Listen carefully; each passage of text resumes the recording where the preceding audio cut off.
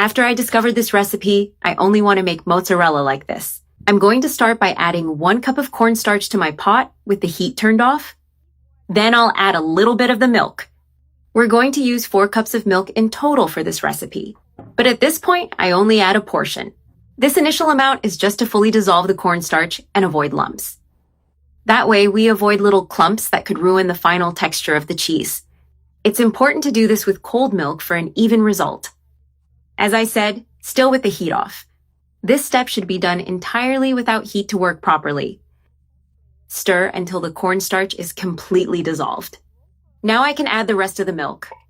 Remember, we're using 4 cups of milk in total. Stir a bit more to fully combine everything. Now yes, I turn on the heat and set it to medium. And I keep stirring constantly until the milk is nice and hot. Once it's hot, we'll move on to the next ingredients. That's how we keep going with our homemade mozzarella recipe. When you see the milk is hot, we continue with the butter. Now I add the butter, which will bring creaminess. It's 10 1/2 tablespoons of unsalted butter. I begin to stir it in so it blends well with the hot milk.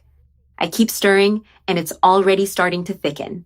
You can see how the texture is gradually changing. Now I add 7 ounces of shredded cheese, which gives flavor and elasticity. I use a spatula to help mix the cheese well. Stir again until the cheese has completely melted. Add 1 teaspoon of salt, which is already enough. Keep in mind that the cheese already contains some salt.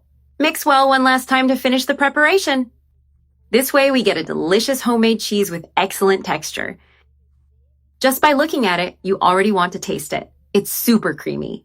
It's perfect to eat with bread, still warm, freshly made. This cheese turns out like this, soft, creamy, and very tasty. It's truly a delight that's very easy to make. And now it's ready. I turn off the heat and carefully remove the pot.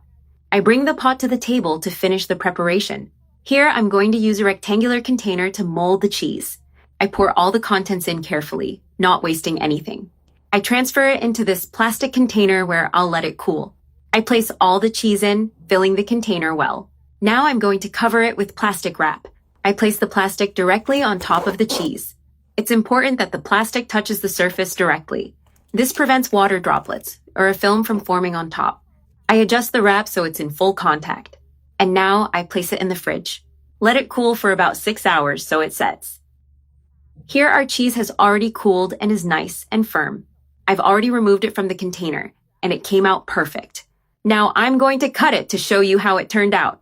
The texture of this cheese is incredible, firm and soft at the same time. The flavor is wonderful, very well balanced. It has a perfect consistency for slicing and serving. I'll cut another piece to show the inside better, and the taste is truly surprising.